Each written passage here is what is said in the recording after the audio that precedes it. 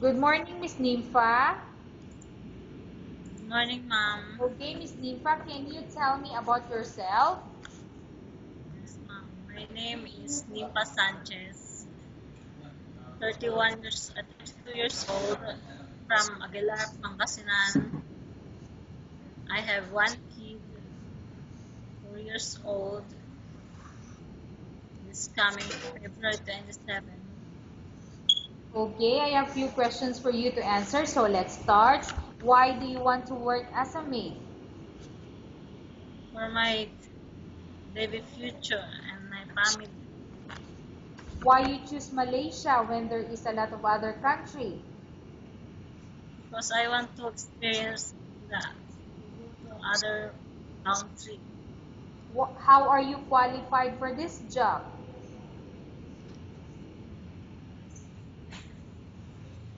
Ma'am, can you repeat? Okay, so Miss Nympha, how are you qualified for this job?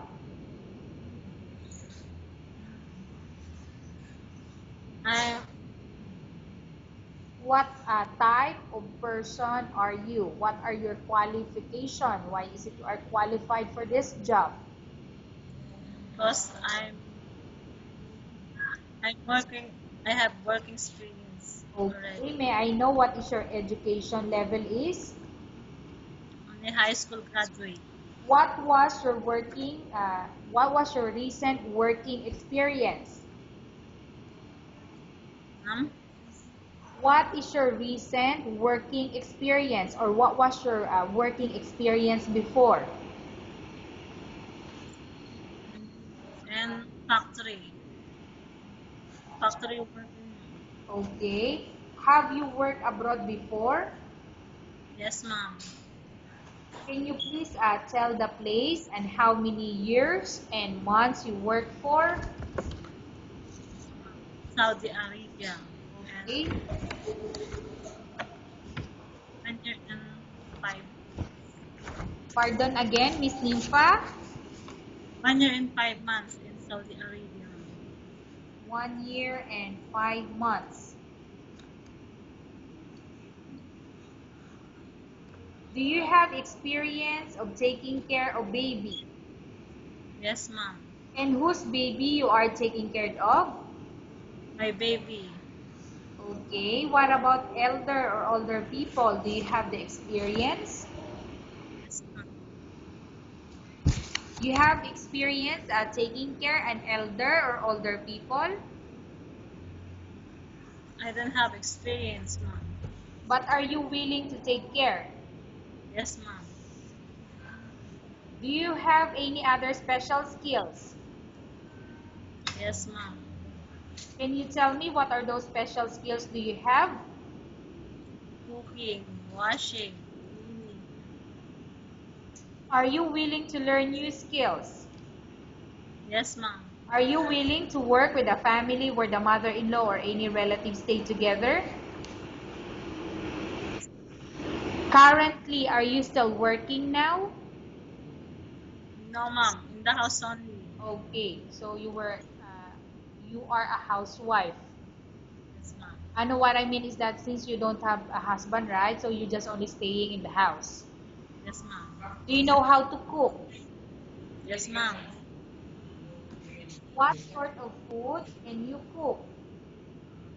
Filipino food, Arabic food, Okay, Filipino and Arabic food. Can you tell me what are those Arabic food that you can cook?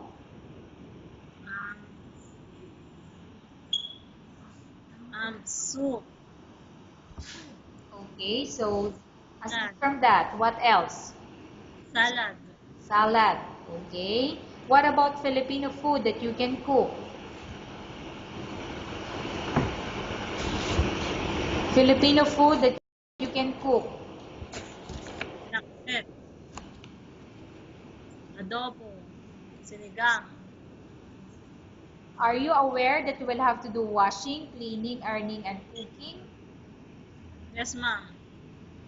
From all the house chores like cooking, cleaning, ironing, and washing, which do you like most? Cooking. If ever you were selected to work in Malaysia, who will take care of your kids? My mother. You My are not. cousin. Okay, your mother and your cousin. My You are not brothers. allowed to use handphone during working hours. Ma'am. You are not allowed to use handphone during working hours.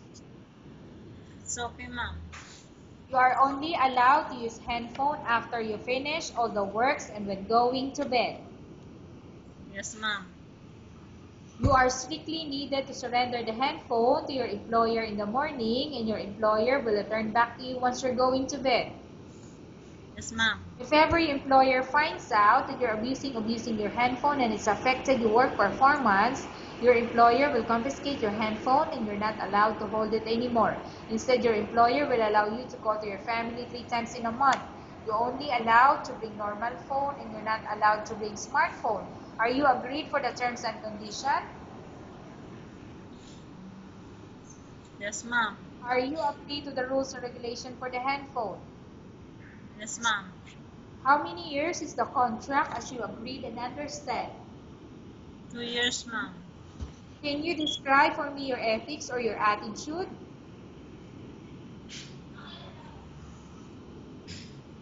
Miss Nympha, can you Yes, ma'am. describe for me your attitude? Yes, ma'am. I'm a hardworking mom.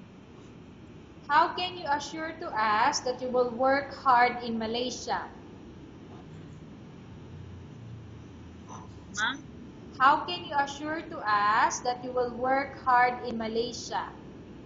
I finished my contract, ma'am. Can you promise not to use the telephone without the permission of your employer? Yes, ma'am. Can you promise not to put on makeup but to dress properly while work? Yes, ma'am. Can you promise not to invite friends and relatives without the consent of your employer? Can you promise not to ask for advance salary from your employer under any circumstances? Yes, ma'am. Do you really understand of the rules and regulation of the agency? Yes, ma'am. Do you pay any placement fee for you to come to Malaysia to work as a maid? No, ma'am. Do you have any history of sickness, example breast cancer or any other illness? No, ma'am. Do you suffer from any skin diseases, allergy, or physical defect? No, ma'am. Have you suffered from any serious illness? No, ma'am. Do you smoke? No, ma'am. Have you undergone any operation or surgery? Yes, ma'am. Okay, may I know what type of operation you underwent before? Myoma, ma'am. Okay, so myoma is a cyst, right? Yes, ma'am. Okay, so when was that you underwent surgery? What year? 2005. 2005. Are you medically fit? Yes, ma'am. Are you in any medication? No, ma'am. Are you allergic with any food? No, ma'am. Are you prepared to work for the employer of any race? Yes, ma'am. Are you prepared to work for the are you prepared to eat the type of food taken by your employer? Yes, ma'am. Are you afraid of being left alone in the house? No, ma'am. Are you afraid of dogs or other pets? No, ma'am. Can you promise to work according to instruction from your employer? Yes, ma'am. Do you have any immediate family working in Malaysia? No, ma'am. Okay, Ms. Nympha, we have finished our question section. Let's go to case study. I have a case study for you and I want you to answer me truthfully. Upon arrival in Malaysia within 6 months, if ever any of your family members pass away, what will you do? Will you continue to work till finish your contract or you will go back? I will go back, ma'am. I will finish my work, ma'am. My contract. Okay, tell us about yourself and why do you want to work in Malaysia as domestic helper?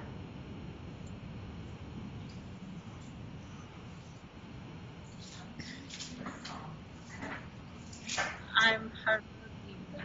Okay, go ahead. and finished my work, doing my work in Malaysia. Okay, Miss Nympha, what do you want to tell to your employer who watching your video? Please choose me because I am hard work and I am kind. Okay, thank you very much, Miss Nympha. We will update to your agency if there's any selection made by the employer.